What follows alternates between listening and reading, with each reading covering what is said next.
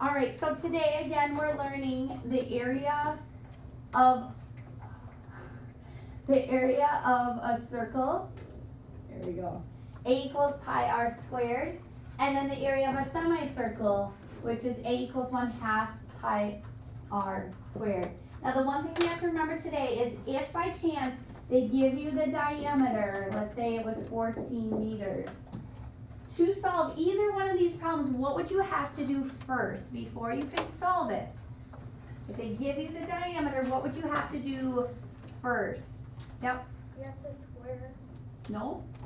What would You you have to divide by 2. Yes, because we need the radius. So the radius of the same circle would be then a 7 meters. So you want to change your diameters to radius if they happen to give you something that's a diameter. Okay, so for number 2, the expectation is you will write out the formula, you will plug in your numbers, you can use a calculator to multiply, and then you can give me your answer. So everyone's first line should look like this. A equals pi r squared. So check your first line. Your second line, everything's plugged in. So A equals 22 over 7 times r, which was the 7 squared. Okay. Next line, A equals 22 over 7 times 7 squared. It is not 14. What is 7 squared? 49.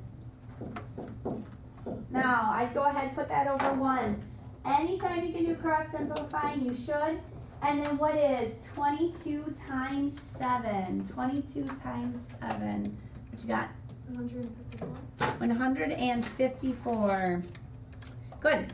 So my answer is A, approximately equal to 154, and then we look at our label, it was inches, so it's squared inches. Okay, anytime you're solving for area, your label is squared.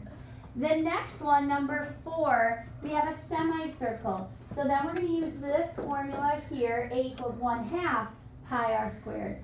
Now if you look very carefully, in the book it's a little easier to see, but this is a red line and this is representing just the radius. So the radius is 14 yards. So your first line should look like this. A equals 1/2 pi r squared. Alright, make sure that's what yours looks like. Second line, A equals 1/2 pi, they told us in the problem to use 3.14. And then the radius was 14. All right, quick question. I have a fraction and I have a decimal in here. And if you're using a calculator, it's often easier to work with decimals.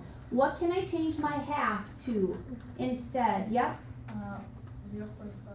Yep, so instead, I'm going to use 0.5 times 3.14 times 14 squared. What should I do first? If you're following order of operations, what should I do first? 14 squared. Okay, who can tell me what is 14 times 14? What'd you get? Yep. 196. Good. So now I have 196, this down, 3.14, and the 0.5. So if you wanted to use your calculator, you could type in 0.5 times 3.14 times the 196.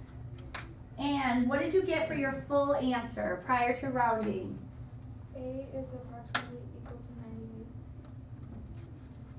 I have something else. Anyone have something else? What do you have? 307.7.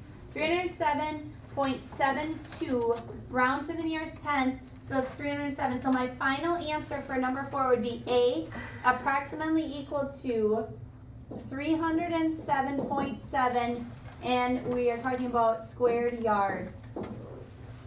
You need to use a separate sheet of paper to do all